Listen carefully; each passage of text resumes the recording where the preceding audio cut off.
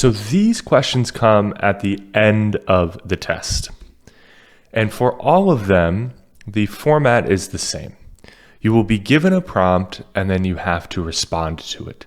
The other writing and speaking questions on the DET are the picture description, so write about the photo and speak about the photo, and summarize the conversation. Those three work differently.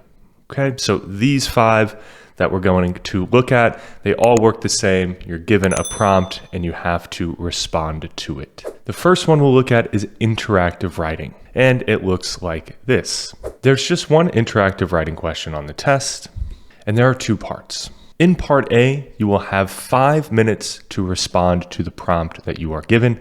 We will look at examples of prompts next. In part B, you will have 3 minutes to respond. The prompt in part B will be related to the prompt in part A. So both prompts are about the same topic. In general, the prompt in part B asks you to zoom in or focus on a particular aspect of the topic from part A. Again, this will make more sense when we look at examples. You won't see the prompt for part B until you submit your answer to part A. All right, so let's take this as our first example. Part A is, freelance artists make a living by independently selling their art and artistic skills rather than working for a company. What are some pros and cons of this career option? Include specific reasons in your answer. And part B is, how might being a freelance artist affect one's exposure and recognition in the art community? Explain how this could be a pro or con of this career choice. So part A asks us to talk about the pros and cons of being a freelance artist versus working for a company.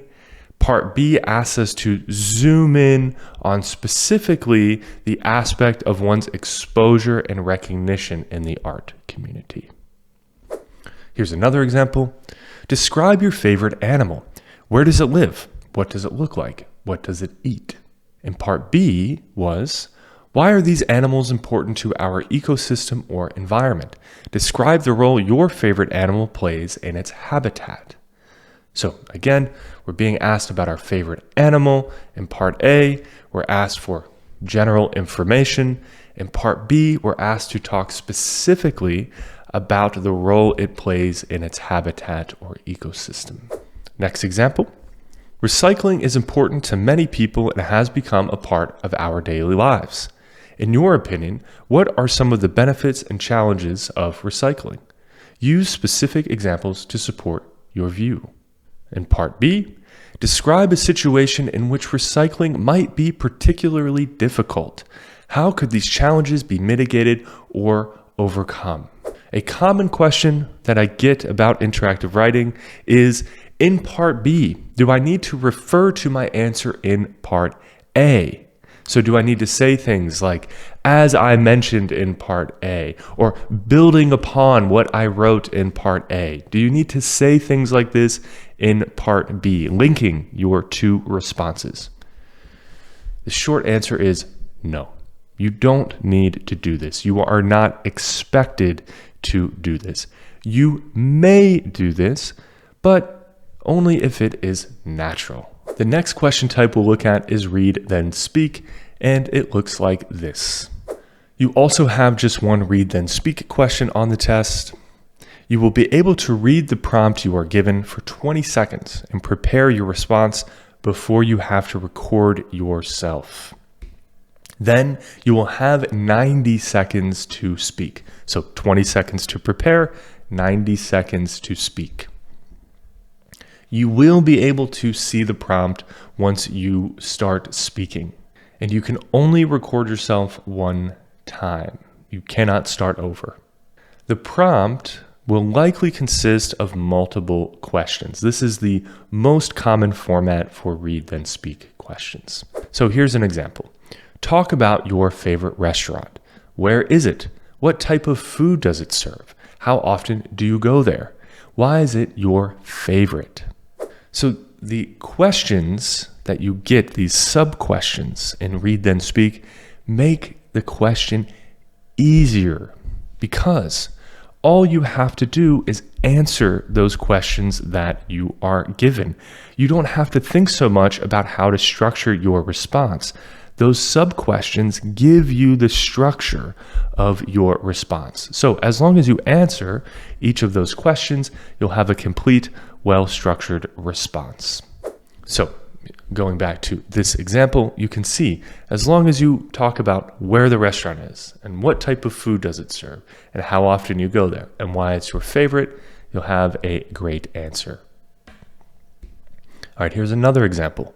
Describe a school subject that you think should be required for all high school students. What is the subject? Why do you think it should be required for high school students? So here we only have 2 sub-questions, but the same thing. We need to make sure that we talk about each of those sub-questions. Here's another example. Describe a time you worked with other people on something. What did you collaborate on? Who did you collaborate with? Do you enjoy collaborating with others? Why or why not? Here's another example. Describe some changes you would like to make in the world and what steps you would take to bring these changes about. Now, in this example, we don't have sub-questions. However, we're asked about the specific steps we would take to bring about those changes. So we need to go step by step. Step 1, I would do this. Step 2, I would do this. Step 3, I would do this. So even if we don't get the sub-questions, usually it's clear how you need to structure your answer. Before we move to the next section, I wanted to take a moment to let you know about Arno. In Arno, you get unlimited practice questions for every DET question type for free. And every new Arno user gets a full free mock test that's just like the real test. So we give you your overall score, but also your sub-scores. And we even go beyond the real test because we give you feedback on every single one of your answers. So you can see which ones you got right, which ones you got wrong. And we even give you detailed feedback on all of your writing and speaking responses. So you can see how to improve your organization and grammar and vocabulary to get a higher score. So there's a reason why over 200,000 students around the world have trusted Arno to help them get ready for the DET. To check out everything that Arno has to help you get ready for the test, just head over to goarno.io or click the link down in the description.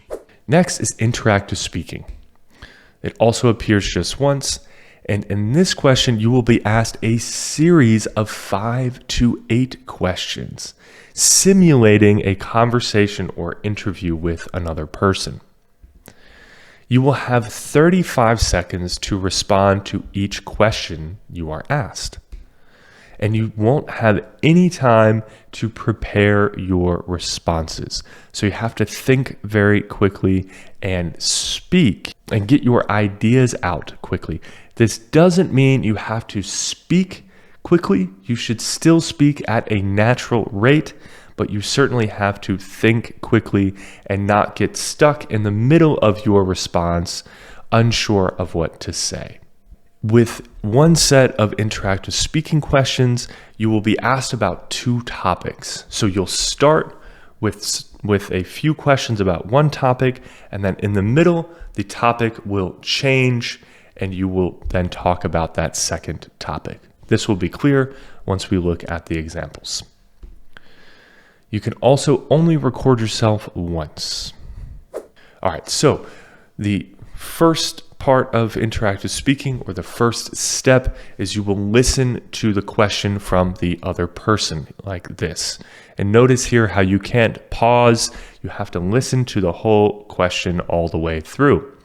Once the other person is done asking you their question, then you will record your answer. And this is very important for other speaking questions on the DET. Once the time to speak starts, the recording starts automatically, except for interactive speaking.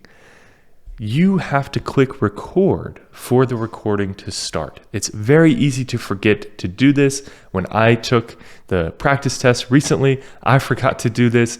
So don't forget to click record for interactive speaking. Otherwise, your response will not be recorded and you won't get points. All right, let's look at an example interactive speaking question. So we'll go through the questions that the other person asks you. So the interview or conversation begins with the other person asking you, I'd like to ask you a few questions about zoos. Describe some animals that are common in zoos. So that is our topic, zoos.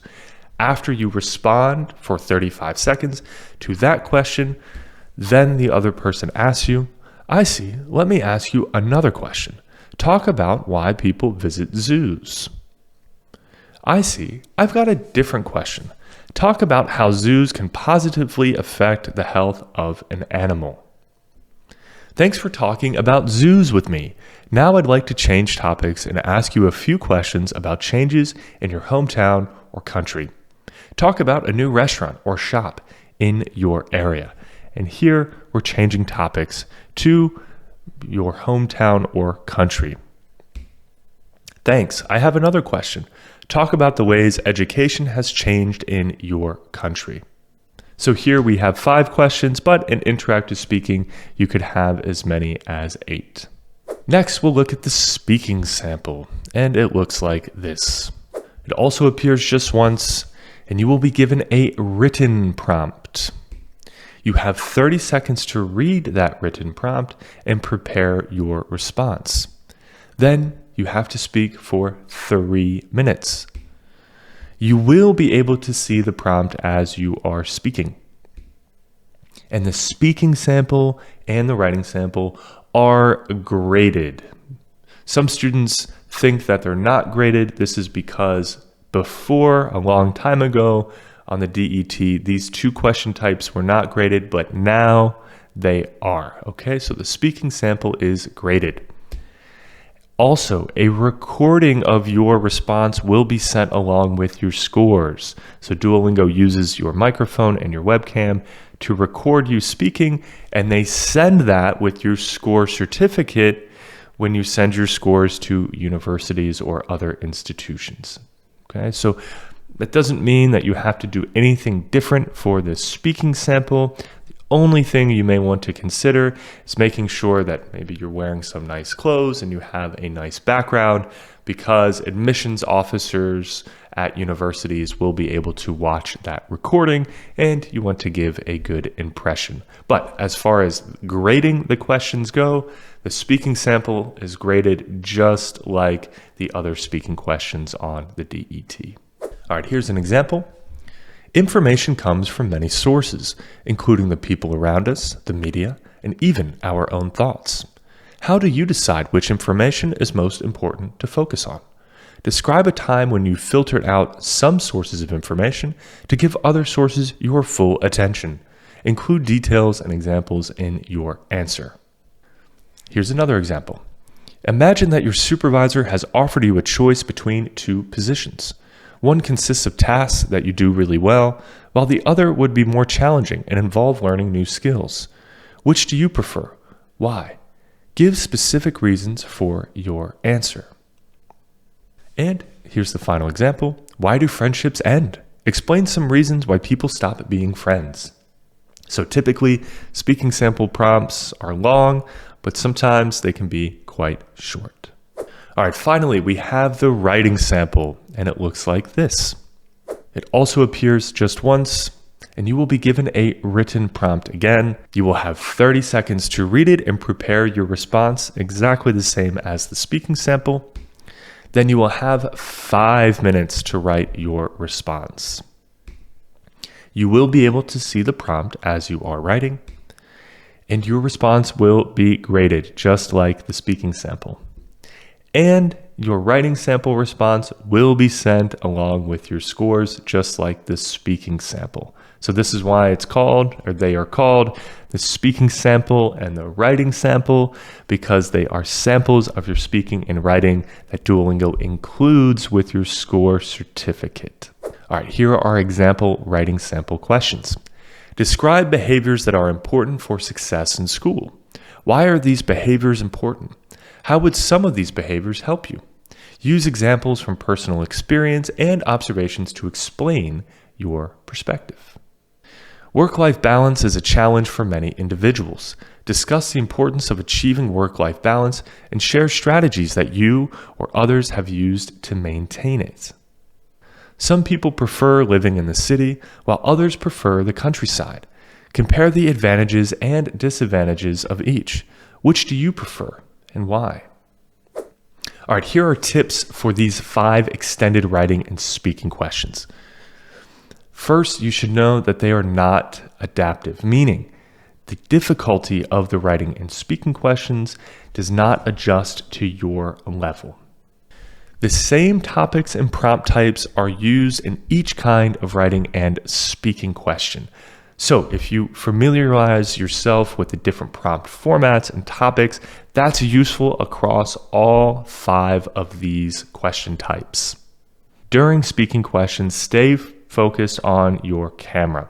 So when we speak, it's natural for us to look around as we think like this, but that's going to cause problems because Duolingo wants you to stay focused on your screen and camera to be sure that you're not cheating. So while you are practicing for the DET, it's important that you get into the habit of staying focused on your camera or at least your screen while you are speaking. It's so natural to look away. We often don't realize when we're doing it. So you should record yourself answering a question and watch the recording to see if and how often you look away. We also built a tool to automatically detect when you look away, which you can find a link to down in the description. 4, don't look down at the keyboard for a long time.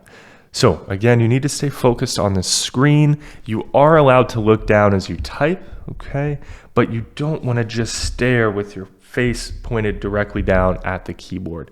You want to type and look up at the screen or camera every 3 seconds or so. That will ensure that your results get certified and you don't have to take or pay for another test. Save time to proofread your responses. Anytime you are writing on the DET, it's a great idea to save some time to proofread your response so that you can fix obvious mistakes like missing words, typos, or obvious grammar mistakes, because these things will lose you points. So it's silly to lose points because you simply mistyped a word that you know very well, or you forgot a word that you meant to include. Okay, so don't lose points because of typos. Save some time to proofread if you can. 6, use all of the time you are given for every question. On the DET, you do not gain points by going faster. So there's no reason that you shouldn't use all of the time that you have for every question. It can only help you to improve your answers and gain points, okay? So for all of the speaking and writing questions, use all of the time you're given. This means for speaking questions, you should practice speaking for the entire time. I know that can be difficult, but you can get better at this with practice. And by speaking for the entire time, you will have the fullest responses possible with the most ideas and most diverse vocabulary. All of those things will gain you points.